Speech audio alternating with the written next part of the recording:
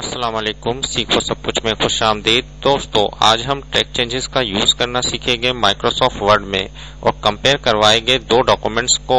एक वो डॉक्यूमेंट जिस पर ट्रैक चेंजेस अप्लाई हुई होगी और दूसरा वो जो ओरिजिनल डॉक्यूमेंट होगा। आइए देखते हैं इसको कैसे किया जा सकता है। इस वक्त हमारे पास एक डॉक्यूमेंट है। अगर ये डॉक्यूमेंट मैं किसी फ्रेंड्स को देता हूँ और उससे ये कहता हूँ कि इसमें जो भी एडिटिंग वो कर सकता है वो कर दे, फिर उसके बाद वो एडिटिंग कर मुझे वो डॉक्यूमेंट रिटर्न कर दे और मैं फिर उसमें जो भी चेंजेस होगी उसको अगर मुझे एक्सेप्ट करना होगा तो मैं वो एक्सेप्ट कर दूंगा और जो मुझे एक्सेप्ट नहीं करना उसको मैं रिजेक्ट कर दूंगा। आइए देखते हैं इसको कैसे किया जा सकता है।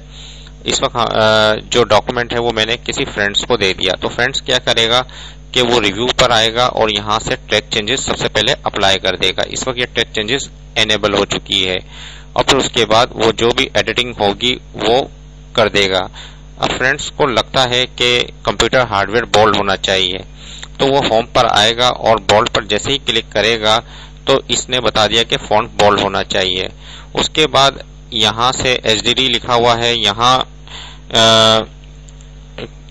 हार्ड डिस्क ड्राइव आना चाहिए ब्रैकेट में।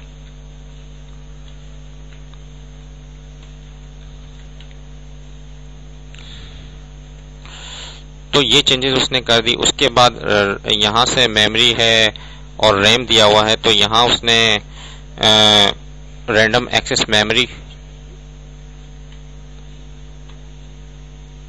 इंसर्ट कर देता है और यहाँ M को मैंने सेलेक्ट कर M प्रेस कर दिया। जैसे ही मैंने M प्रेस किया तो इसने ये मेमोरी को काट कर मेमोरी लिख दिया।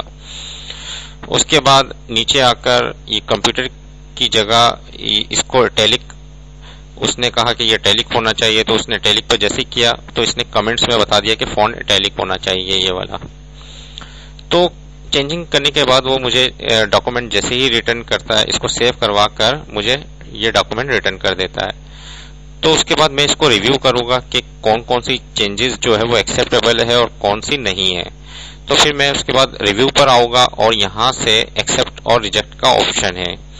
अगर मुझे ये कंप्यूटर हार्डवेयर है, एक्सेप्ट है, तो मैं इसको एक्सेप्ट पर क्लिक कर दूंगा और do you want to continue yes कर दिया मैंने और एक बार और क्लिक कर दिया इसको, तो ये एक्सेप्ट हो गया। उसके बाद हार्ड डिस्क ड्राइव का बता रहा है कि ये एक्सेप्टेबल है या रिजेक्ट है। अगर मैं चाहूँ तो इसको एक्सेप्ट ऑल चेंजेस कर देता हूँ डॉक्यूमेंट में, तो वो सब एक्सेप्ट हो जाएगी।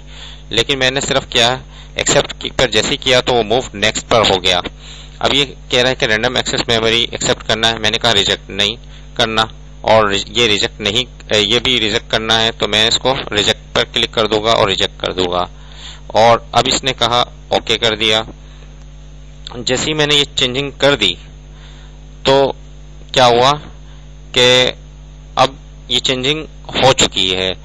अब उसके बाद जब मैंने इसको एक्सेप्ट और रिजेक्ट कर दिया है तो मैं इसको सेव करवा दूंगा, तो ये डॉक्यूमेंट कंप्लीट हो गया। अब उसके बाद अगर मुझे ये देखना है कि कहाँ कहाँ ट्रैक चेंजेस अप्लाई हुई थी, तो इसके लिए मुझे सब कंपेयर करवाना पड़ेगा डॉक्यूमेंट को। जैसे ही मैं कंपेयर पर आता हूँ, इस वक्त ये क्या है ट्यूटोरियल 10 कॉपी है, कंपेयर करवाता हूँ किससे, ओरिजिनल डॉक्यूमेंट जो था। ये सबसे पहले पूछा है कि ओरिजिनल डॉक्यूमेंट कौन सा था, ट्यूटोरियल 10 था। उसके बाद रिवाइज डॉक्यूमेंट जो कि ये वाला है ट्यूटोरियल 10 कॉपी का, जिस पर भी हमने चेंजिंग की है, तो वो मैं सिलेक्ट कर लूंगा और ओके पर क्लिक कर दूंगा, तो ये दोनों डॉक्यूमेंट को कंपेयर कर देगा। इस वक्त ओरिजिनल डॉक्यूमेंट ये है और रिवाइज डॉक्यूमेंट ये है और इसमें कहाँ कहाँ ट्रैक चेंजेस हुई थी, तो वो यहाँ मुझे बता रहा है कि दोनों में जो डिफरेंस है वो यहाँ डिफरेंस था,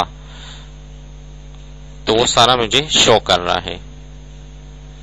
तो देखिए दोस्तों कितनी आसानी से आपने ये, और यहाँ भी आप देख सकते हैं कि main document changes and comments.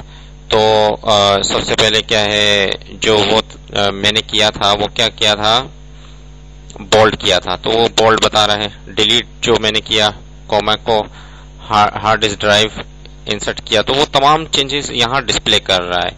तो देखिए आप दोनों डॉक्यूमेंट्स को कंपेयर भी करवा सकते हैं। उम्मीद है कि वीडियो आपको बहुत पसंद आई होगी। लाइक और सब्सक्राइब करना मत भूलिएगा।